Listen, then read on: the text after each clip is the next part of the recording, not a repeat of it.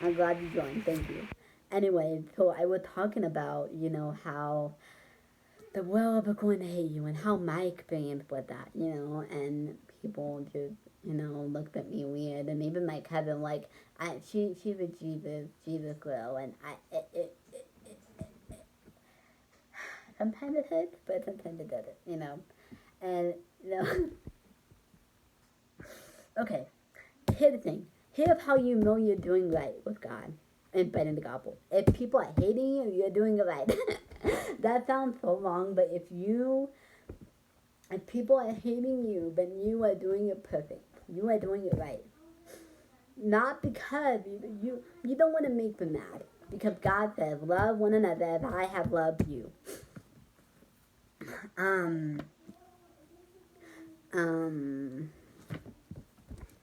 there's so much goodness in here. Sorry. No, then I want to. Hold on. Okay, so anyway, so, so, um, here we go.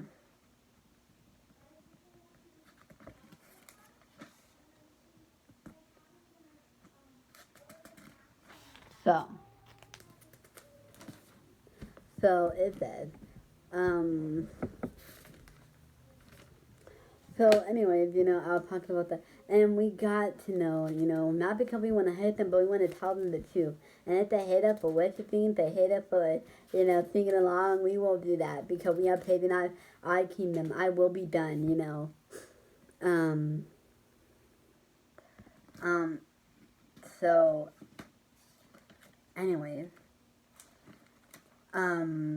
people are going to hate me. A lot of people. Um, but that's okay. I don't care. At this point, I really don't care who hates me and who doesn't. I'm trying to save souls. I'm not trying to make people smile. Well, I am, but I'm not trying to make people happy every day, not showing who Christ is. That's my example. Not. But if people hate you, remember, they hated Peter. But they killed Peter. He said, if you crucify me, they're also going to crucify you. If they died for you, I mean, man, if you die, oh my God, I'm about to bowl here. If they are going to crucify you, they're going to crucify me. Oh, jeez, boy. Oh.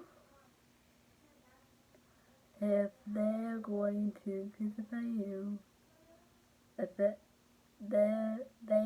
hold on, let me just read that again. That is so deeply amazing.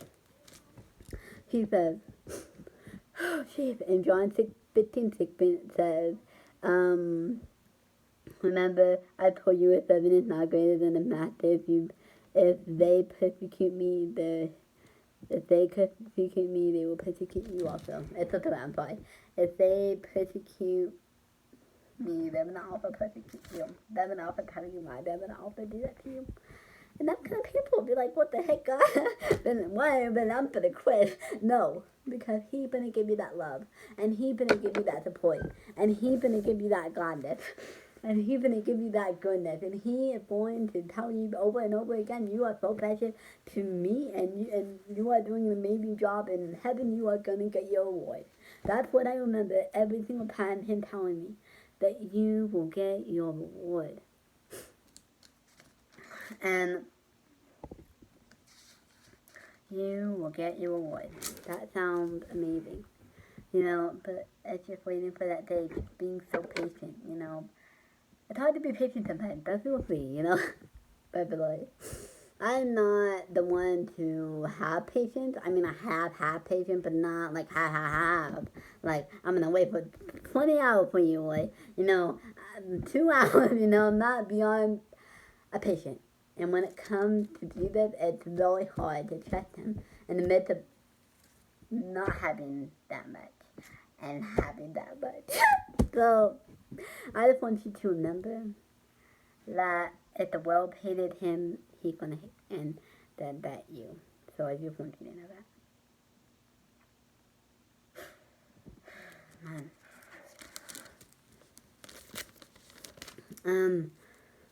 So it said, Lord, you know all things. You know that I love you. So when God, here's the thing.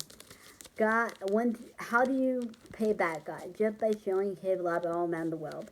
But in the gospel, sometimes people, God explained it like this.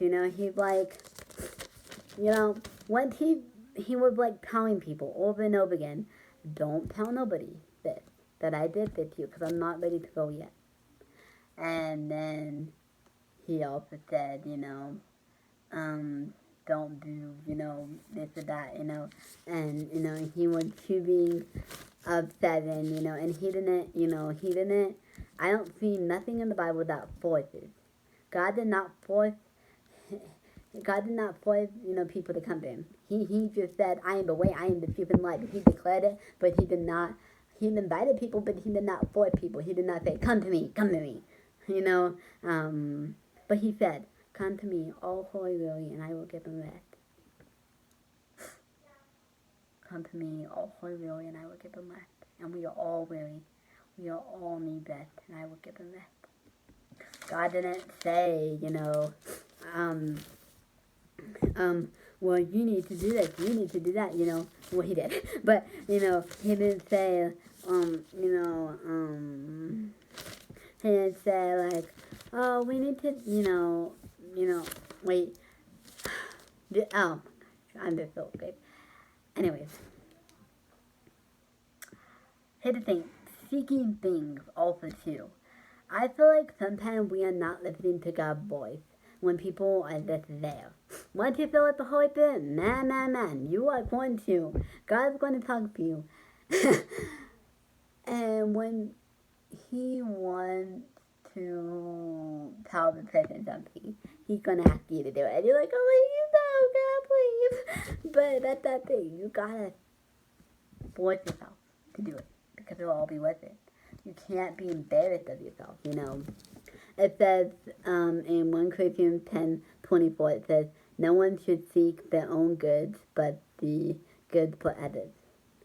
I feel like that thing all the time, But in the gospel, also knowing Jesus, and knowing Jesus is he is kind, he is good, and he is faithful, and he is merciful.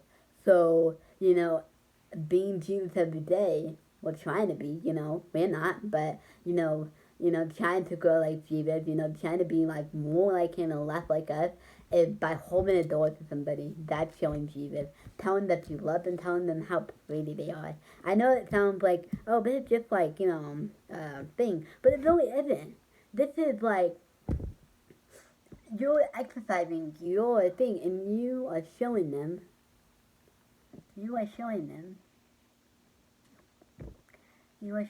who God is. And you smiling every day at school, it's going to show them how amazing you are. It's going to show how Jesus is. He's smiling every day, even in the midst of pain. The other day, one time I was very sick. Well, not the, oh my God, why am I dramatic? I rebuke in the name of Jesus. I was sick. And, well, not really sick, but I was kind of recovering over it. And I just like, okay, I'm going to go to school, It was online, so, yeah.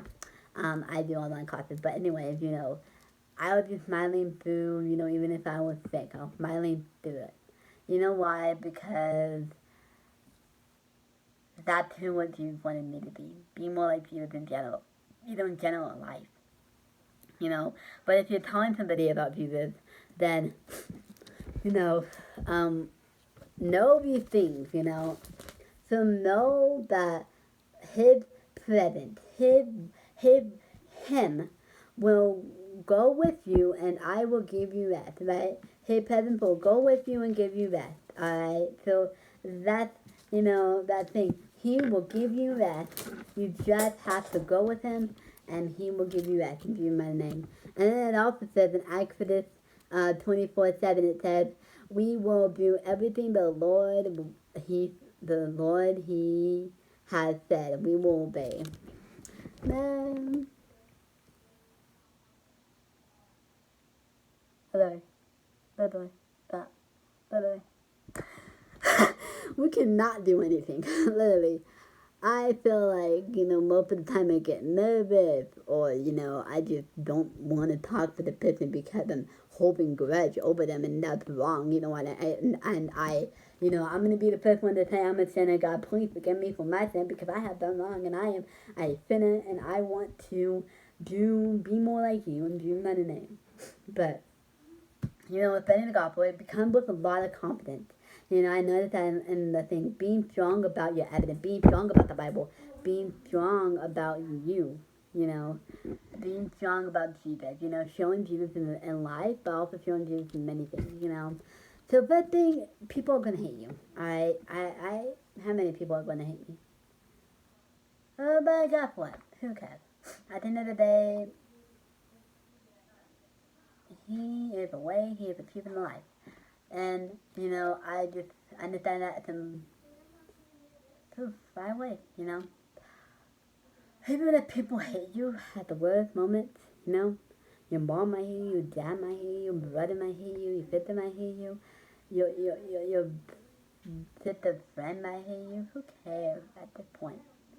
Like, let them hold grudge, but forgive them and love them and choose them, choose their hate.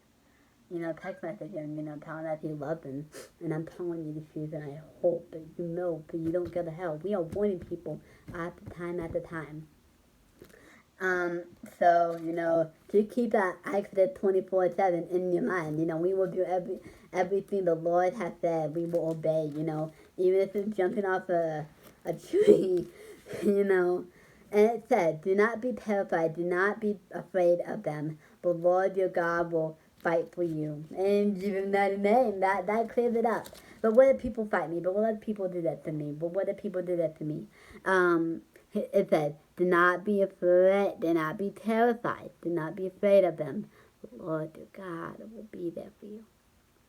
That was something I sometimes need, as people who have opinions, and people who are grumpy sometimes, and people who are just, saying, do not be terrified of them.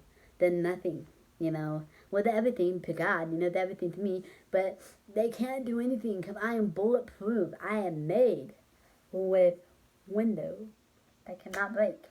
And Jesus, my name. So, and it said that in Deuteronomy,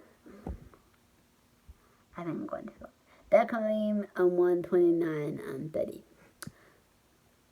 That's something to actually know, because people, literally, if you go, probably, if you're going to do this for God, if God said to go on the street and preach the gospel, people are going to beat you up, but do not be terrified of them. They choose, love them, put the point on them, because guess what?